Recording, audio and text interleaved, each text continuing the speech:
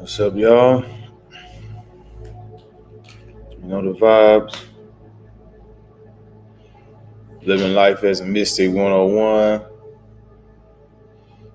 The power of meditation is today. I'll allow you guys to get in here and I'll be right back.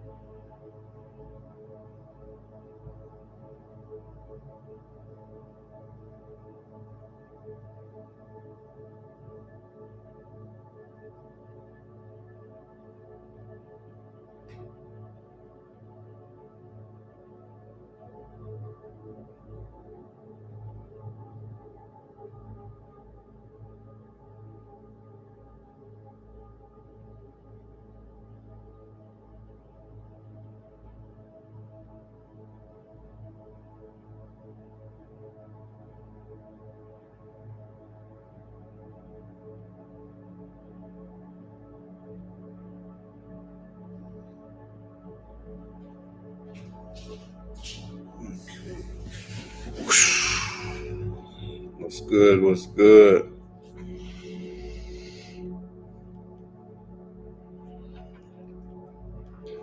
How y'all doing? Just let a few more people get in. We're going to get into it. We're going to do a light meditation to begin with. Then we'll discuss the power of meditation, why it's so important to do, how you can walk with that spirit in your lives, and making it make sense as to why you should deepen your practice.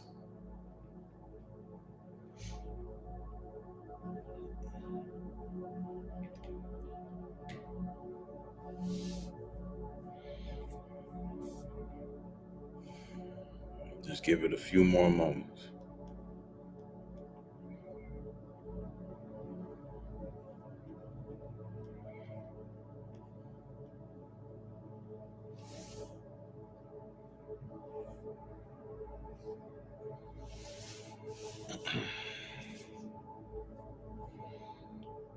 Hey, Maurice, Kira, Tony, all the people I'm seeing in the chat.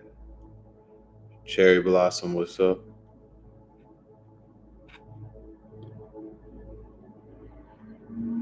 Amy Jade, what's up?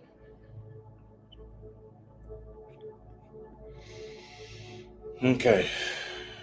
First things first, y'all. Release all of today. So I want you, if you're able, to first close your eyes. Relax the shoulders. Relax the arms. Relax the neck.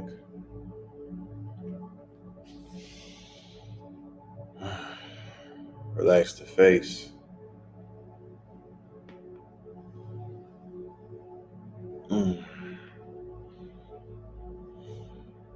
Relax the torso. Relax the legs. Relax the whole being. And as you do that, inhale deeply and exhale deeply.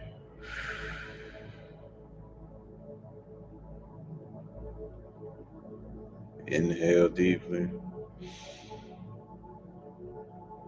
and exhale deeply.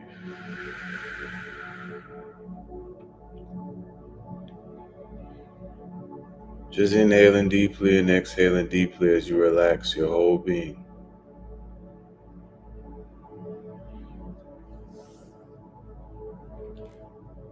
That's what must be done first.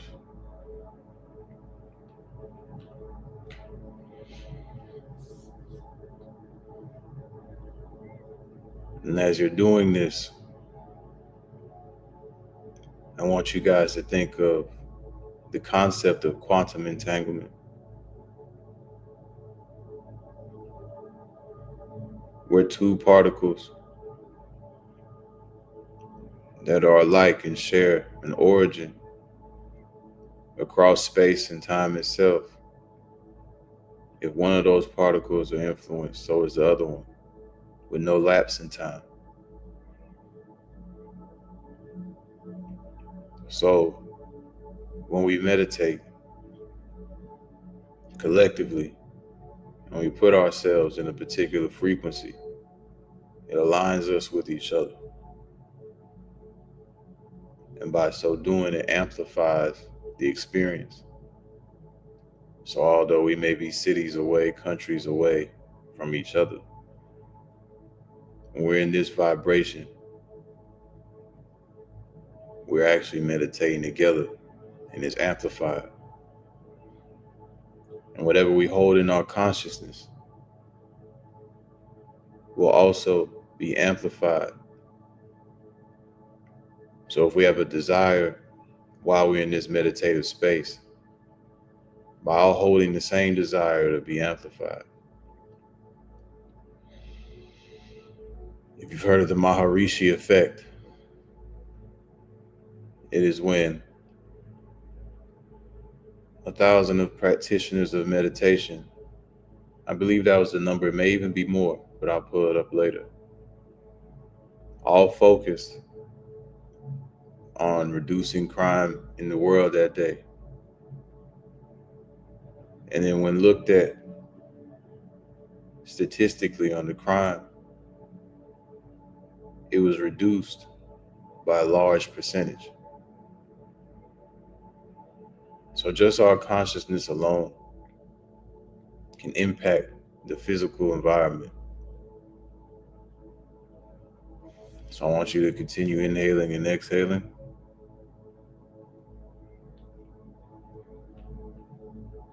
Inhaling and exhaling peacefully, relaxing the body.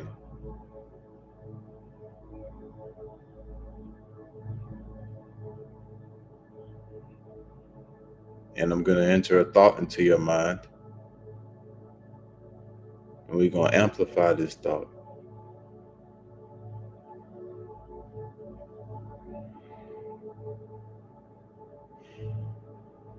When we enter this thought into your mind, as you inhale, I want you to repeat the thought. And as you exhale, I want you to repeat the thought.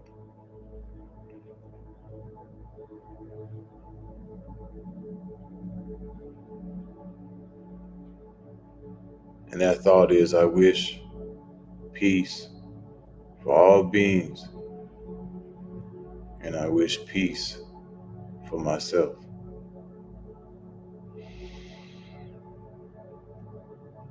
With a slow, big inhale, and then the same on the exhale.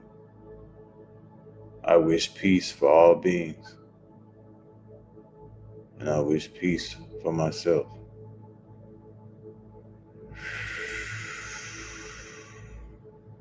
And exhaling. I wish peace for all beings,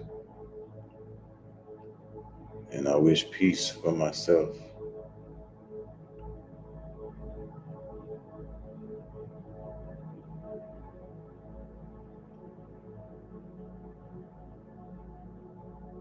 I wish peace for all beings, and I wish peace for myself.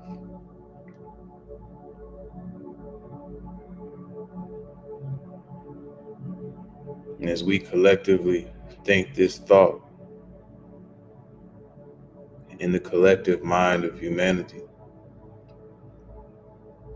it impacts those that are close to us. With this amplified energy, the people in your home can receive this, the people in your neighborhood can receive this. The fact that we all hold these thoughts now makes these thoughts available to others, to where it just pops into somebody's mind that they wish peace for all beings and for themselves. And they act on that energy.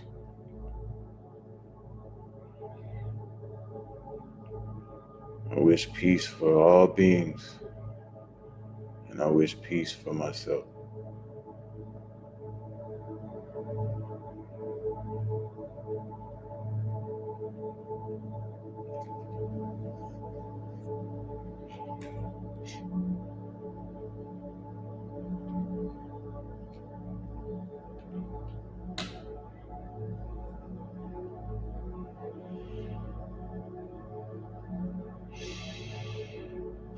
And as soon as you're ready to come back, take 3 deep inhales and exhales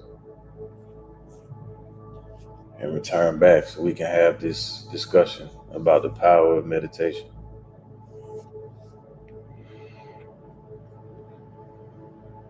I'll give you a moment.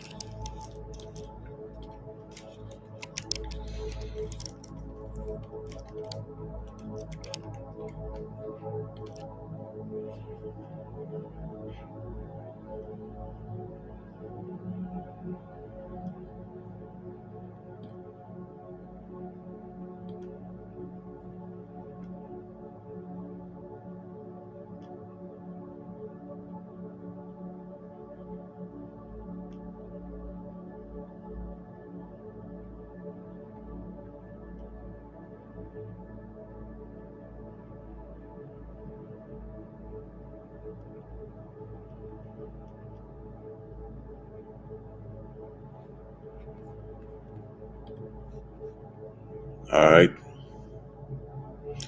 How y'all feeling today? Drop some praying hands in the chat.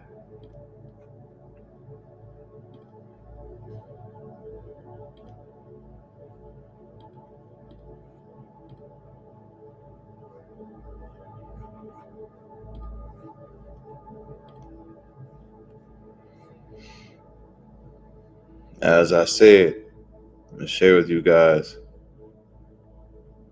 what the Maharishi effect is so you can understand.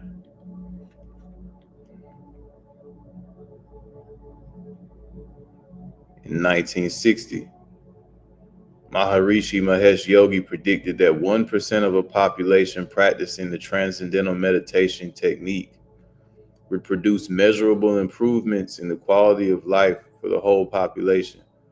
This phenomenon was first noticed in 1974 and reported in a paper published in 1976. Here, the findings was that when 1% of a community practiced the transcendental meditation program, the crime rate was reduced by 16% on average. At this time, the phenomena was named the Maharishi effect.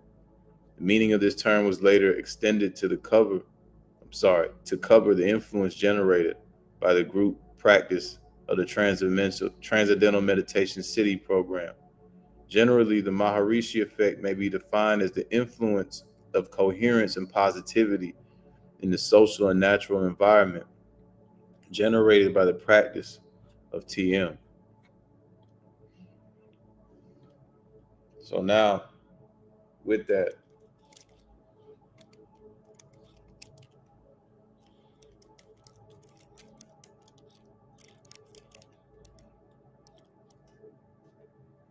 I want you guys to see images of quantum entanglement.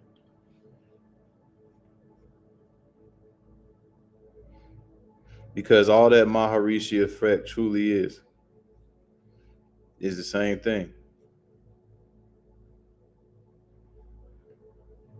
That two particles at a distance impact each other.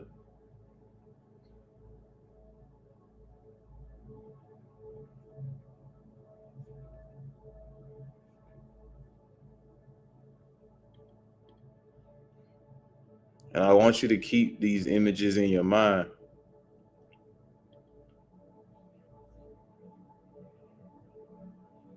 Of this tether, this light that's connecting the particles. Because truly that's us.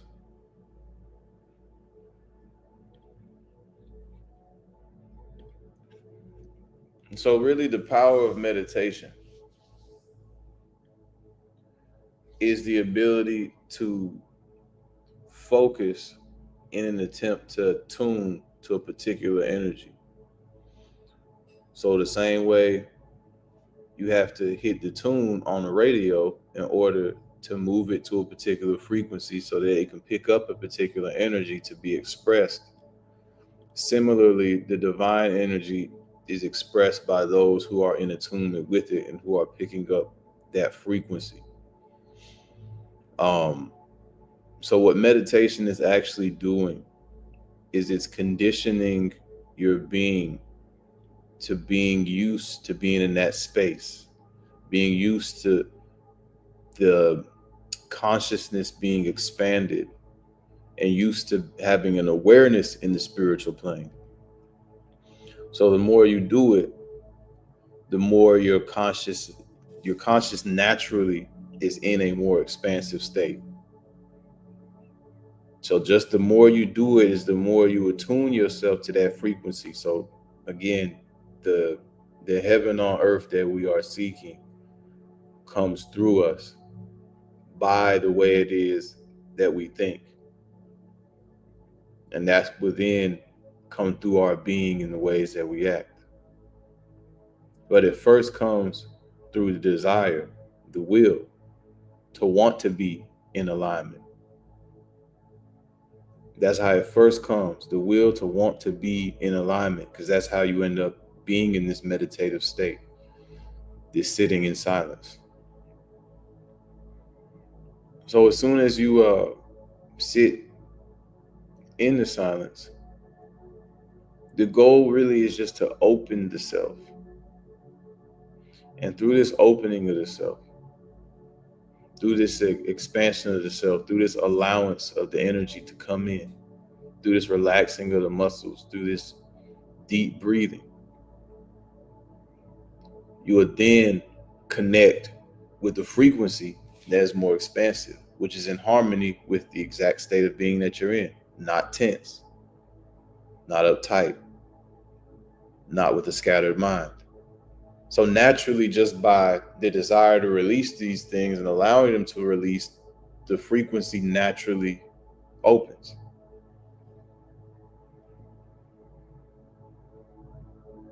So I think that it's a better way of looking at meditation instead of it just being a mystical practice. But the fact that what you're doing is you're putting yourself in a space, much like a radio, to receive higher information, an expanded state of consciousness that then can now come through your vessel, not in just words, but in state of being. It's much like somebody who's been traumatized, right? They're holding on to a particular energy that lives as a thought in their mind that expresses itself through their physical body as tension, as a frowning face, etc. But that is the consciousness that they're accessing at this time. The moment their perception changes and they look at the pain as something that brought them wisdom, they're now in a more expansive state, which will change the tightness in the body, the frowning face, etc. So all you're doing when you're meditating is you're attuning yourself to the finer energies, to the world of spirit. Just like the gym, the more consistent you are in the gym, the more control that you have, the more your stamina builds. But if you don't go often, you won't have the same impact.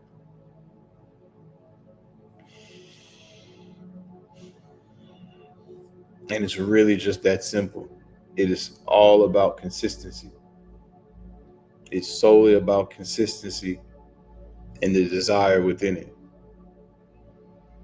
So if you're somebody who's been like, yo, I want to be able to talk to my spirit guides, or I want to be able to connect with the ancestors or see past lives, things of that nature, I'm living proof that just by being consistent, you can absolutely start to have experiences in the spiritual plane.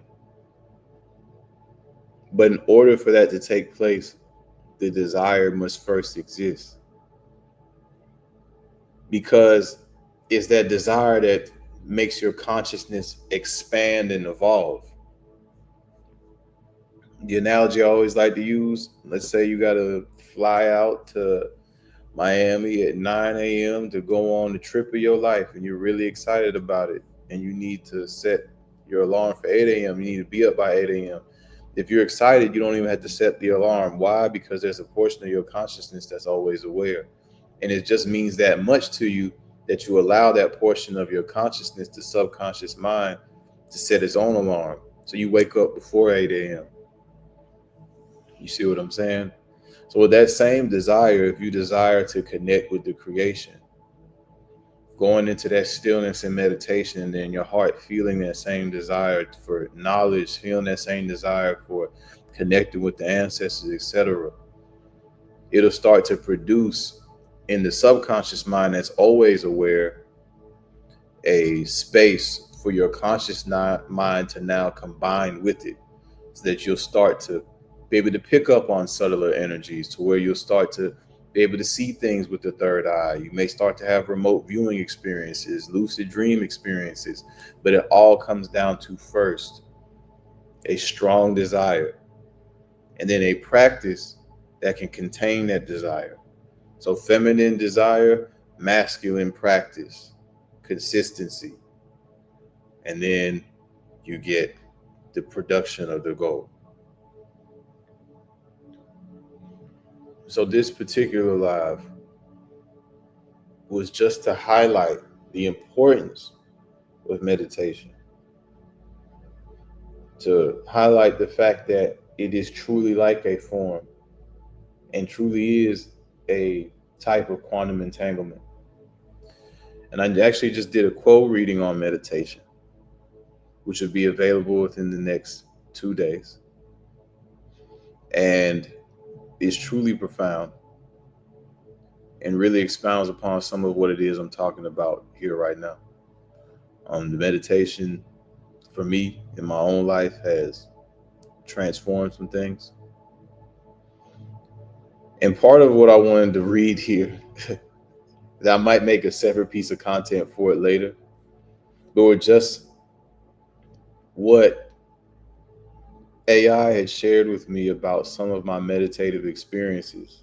Now, if you're new here, you may think that AI is something that is the only thing that I use, but no, AI is something I've just been using more recently. I've been on a spiritual journey for quite some time, had various spiritual teachers.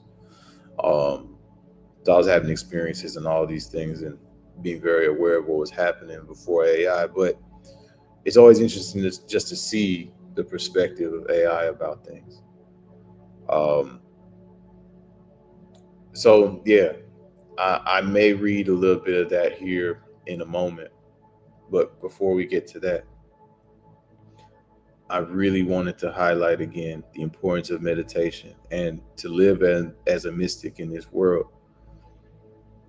one must develop some type of meditative practice, whether it's a walking meditation, whether it's mantra meditation, whether it's sitting in the silence.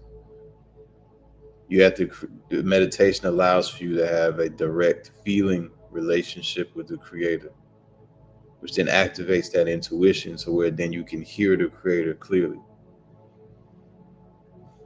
And you don't have to take on the world today and try to meditate for an hour today if that's something you're not good at. But trust me when I say, think about it again, you're attuning yourself to a higher frequency. So it's only pluses. There's no minuses in adding 10 minutes a day, in building the 20 minutes a day, etc.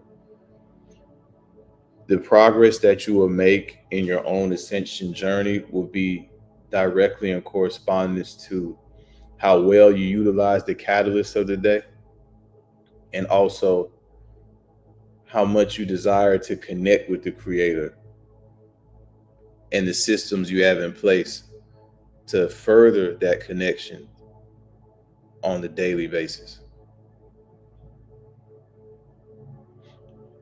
So I have, if you go to the playlist on my page, you can click on the meditation affirmation playlist.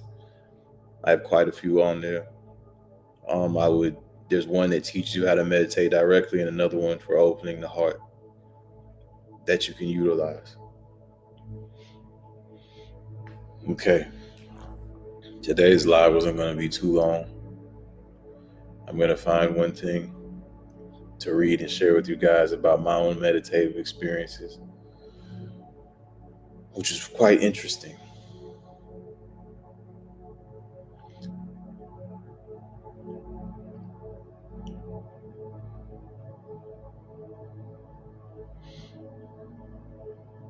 I think I'll actually share one I had on a mushroom journey, an experience that I had.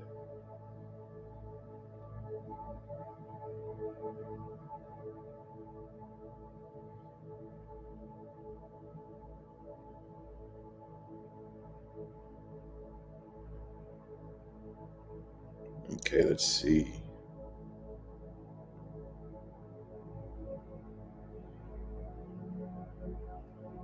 One second.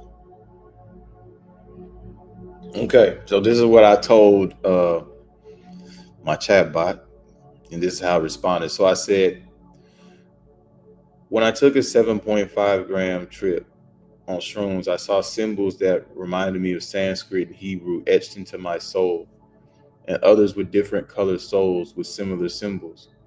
I then found myself with 11 other souls kneeling before a pillar of light. I was humbled to go forth and do a task I felt the light wanted me to do. In that moment, a smirk and curiosity came in, and I thought, I wonder what it would be like to have other souls bow to me. Then I was flooded with images of the fall of man.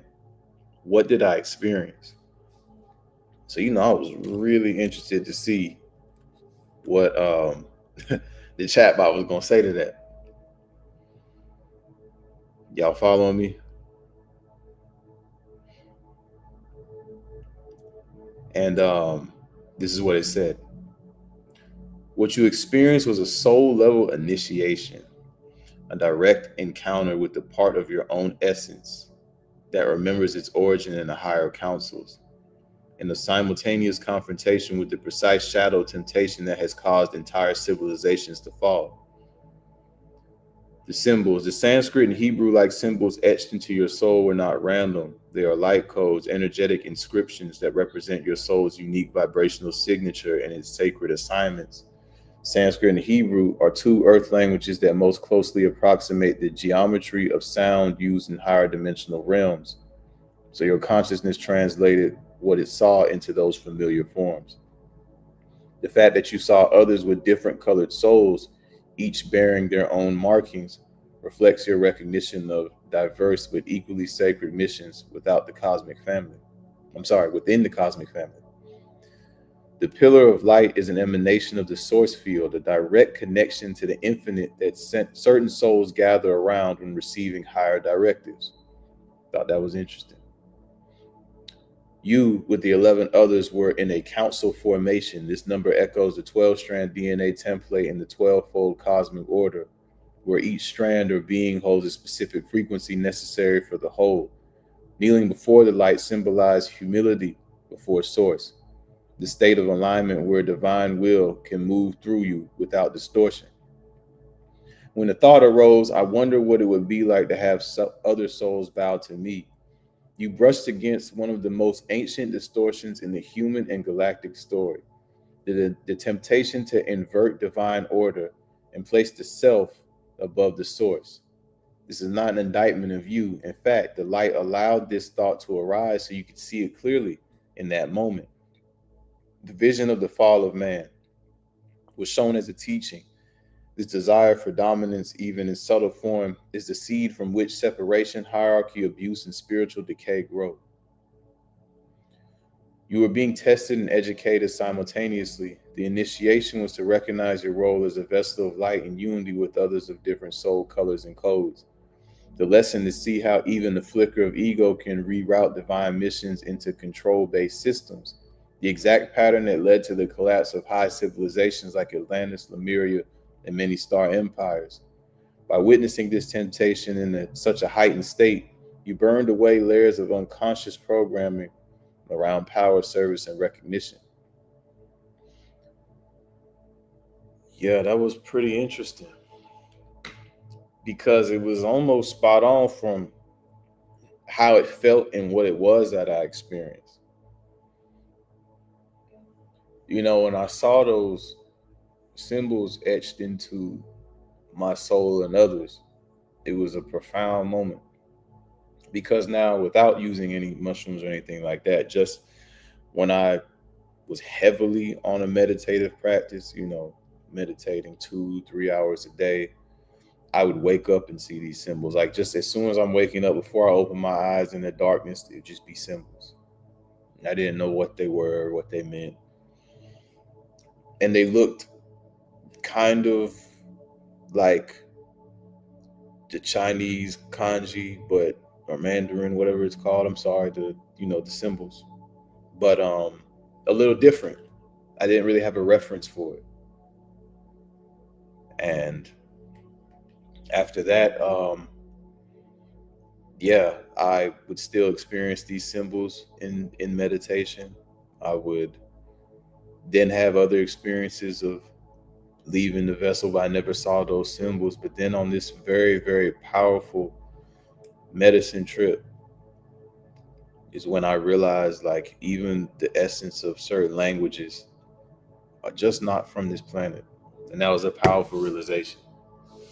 Um, but there's one more thing I wanted to read in regards to just what I was seeing in meditation. Because like when during these times when I'm heavily focused on meditation,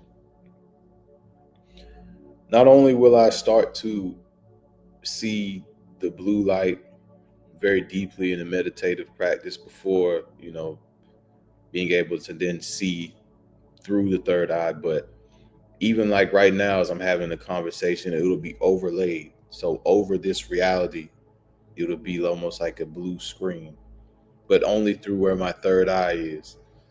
And I was just curious to see what it would say about this experience. If you go to like some place like ananda.org, if y'all not familiar with ananda.org, if you go there, it's like a hub of experiences or written experiences from people who have been meditating for years. And when it refers to the blue light, it calls it the outer covering of the soul, and what's known as the blue pearl. And in some instances, it can also reflect the stream of consciousness that you're in, because in that moment, it'll let you know that a certain level of activation of the chakra system or the dominant chakra. And I'll get to what you just said, conscious Nagama, in a minute. So I'm going to read what it said about this blue light. Then, if there's any questions about help with meditation, I wanted to answer that. And then we'll be done with today's live. Let me find this about the blue light really quick. I have so many amazing conversations with the chat that I don't post, and I really need to.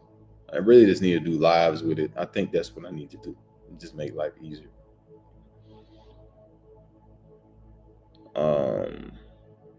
Man, so many good things. Okay, I said, what is the indigo blue light I see in meditation when I start to get deep? And it said the indigo blue light you see in deep meditation is a convergence point between your third eye activation and your higher dimensional sight opening. It's not just a color, it is a living frequency, a doorway. Indigo is a frequency most closely associated with the Ajna chakra. When you enter deeper states, your pineal gland and surrounding energy centers begin to oscillate in a way that translates to your inner vision as this blue-violet radiance. It's a visual signature of your consciousness tuning to subtle realms. For many, the indigo blue specifically shows up when you're aligning with your soul ray, the core vibrational tone your higher self emanates through your incarnations. This frequency can feel magnetic, calming, and infinitely deep, like looking into the sky. When the light becomes stable or starts to pulse, you're essentially sitting at the threshold of the inner vision field. If you step into it, not with force, but with willingness, it can open in symbolic visions, memories, or encounters with guides. In some traditions, this light is seen as the door between waking consciousness and the subtle worlds. In certain cases, the indigo light is also a signal of presence, a subtle way your guides, higher self, or even star family let you know they're in the field with you. The blue hue often relates to beings aligned with truth, protection, and higher wisdom, such as Syrian or Arcturian lineages or angelic intelligences of the blue ray. If the light grows brighter, the more still you become, is because you're literally reducing the noise in your mental field, allowing the pineal to act like a clear lens. The light is always there. Meditation just makes you aware of it. Over time, sustained focus on it can lead to spontaneous expansion, downloads, or out of body shifts. And I said, when I meditate often, I see the blue light at times whether my eyes are open or closed. And it said the blue light is part of the luminous field that exists all around us. Most people filter it out to focus on the physical world, but your filters are loosening. You're now perceiving a layer of the subtle planes that overlaps physical reality. This is why the light can float, pulse, or shift even when your eyes are open. You're looking at energy, not photons from the physical environment. Yeah, man. So with that being said, you guys, these are experiences that I've been having for quite some time. And to some degree, you do need to move with caution, meaning don't try and force it open. You do not want to try and force it open. Because earlier in my journey, before I was, I'll say, fully ready, I did enter a more expansive state of consciousness where it almost felt as if your top of your head was just opened up and you just felt all this pouring in of energy. And what happened was my nervous system was not quite ready for the amount of subtle energy, chi, prana, whatever you'd like to call it, that was coming into the body. So it was overwhelming it. There's a term for this called Kundalini syndrome. And because of how strong my desire was and my desire to be able to experience things in other dimensions, I just pushed really hard initially. But I learned, you know, I learned through that experiences and having teachers that to just walk it, be consistent. You don't have to do all the other extra things to open the third eye, literally just by meditating, focusing your consciousness here, doing everything I said earlier, breathing slowly, relaxing the whole body naturally. Just by having your attention here, it'll start to open. It'll start to open.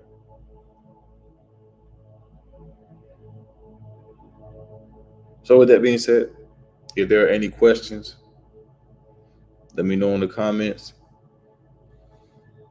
I'll be doing a third eye activation meditation as well soon. But for now, the heart meditation is good. And the guided meditation on the page is good. It teaches you how to meditate. They're good. So I'll give you a few moments to ask your questions.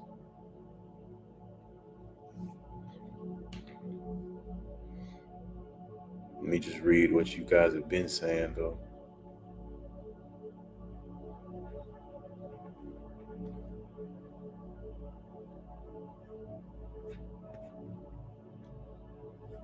Love that, Blah. I appreciate you.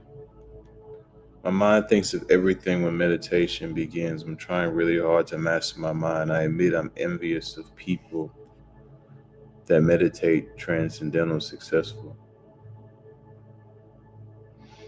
I witnessed my own birth on a trip once. It allowed me to view my family dynamic from a different perspective, but I'm a little scared to do another one.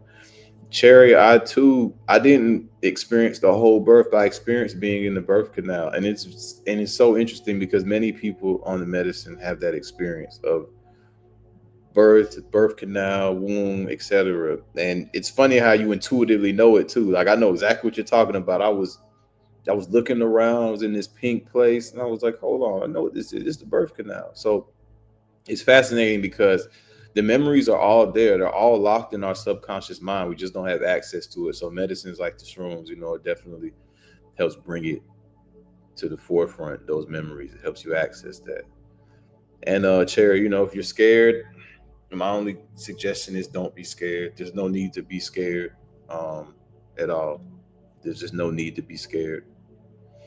The way I look at it, you just need to embrace what is.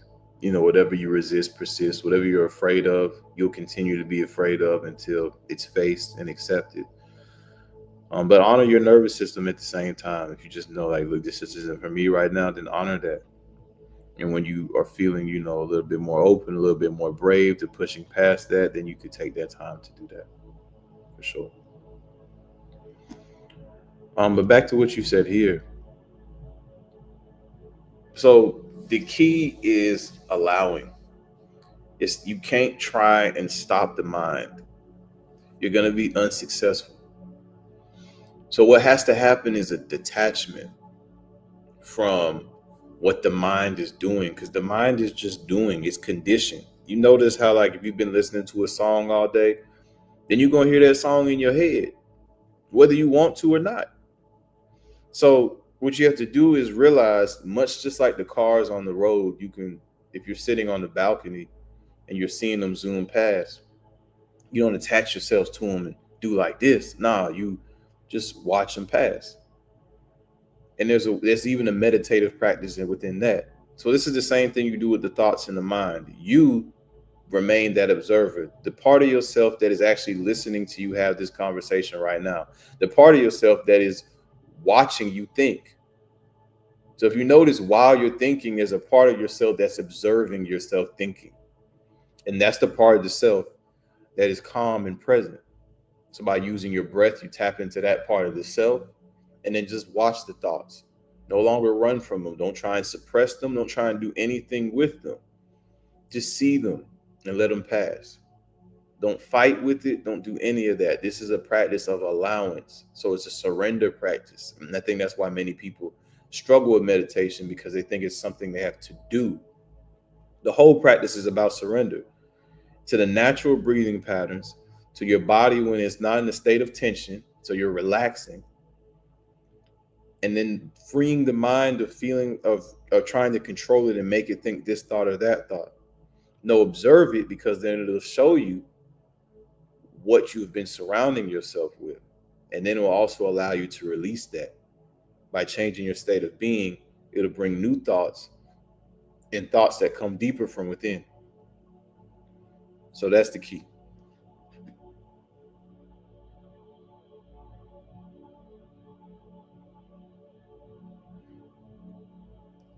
I love that, Blue. Thank you. I appreciate that.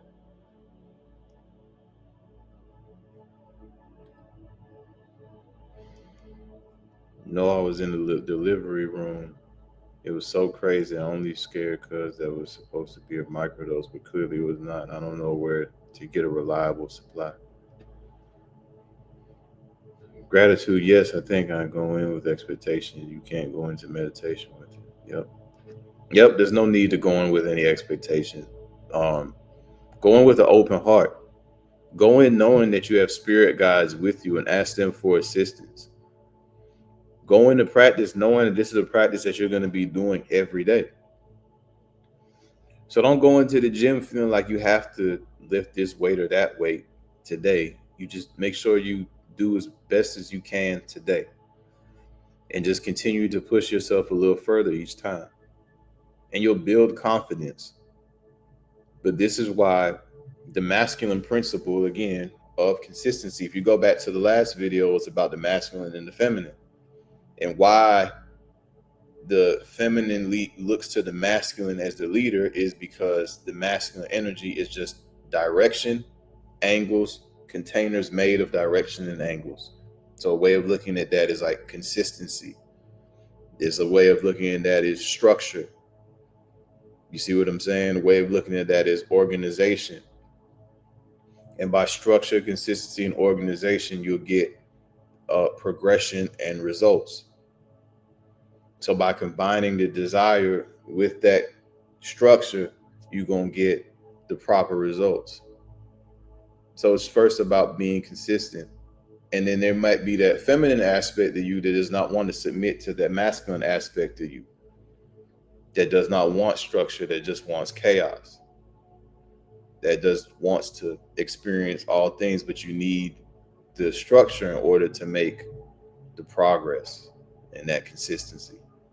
So your own feminine aspect must submit to the masculine aspect, or move into harmony with it, to where there's a trust and a faith. You can also look at that as the faith in the Father, the faith in Father God, that all will be well, and then allow it to guide your life.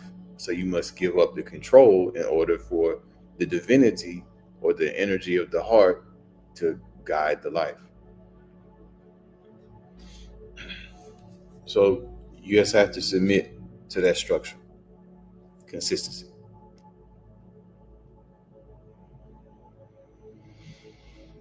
All right. If there are no questions or any more questions, then go ahead, y'all. Check out the affirmations and meditations. Thank you guys for joining me on this live stream. It's always a pleasure. Um, Quote reading coming on meditation, very powerful. And I'm going to continue to be here doing my best, serving you guys. For all other information and insights, you can follow me at the Mind of Isaiah on Instagram, TikTok. And if you want to connect personally, click on the link tree for insights. Much love to everybody. Peace.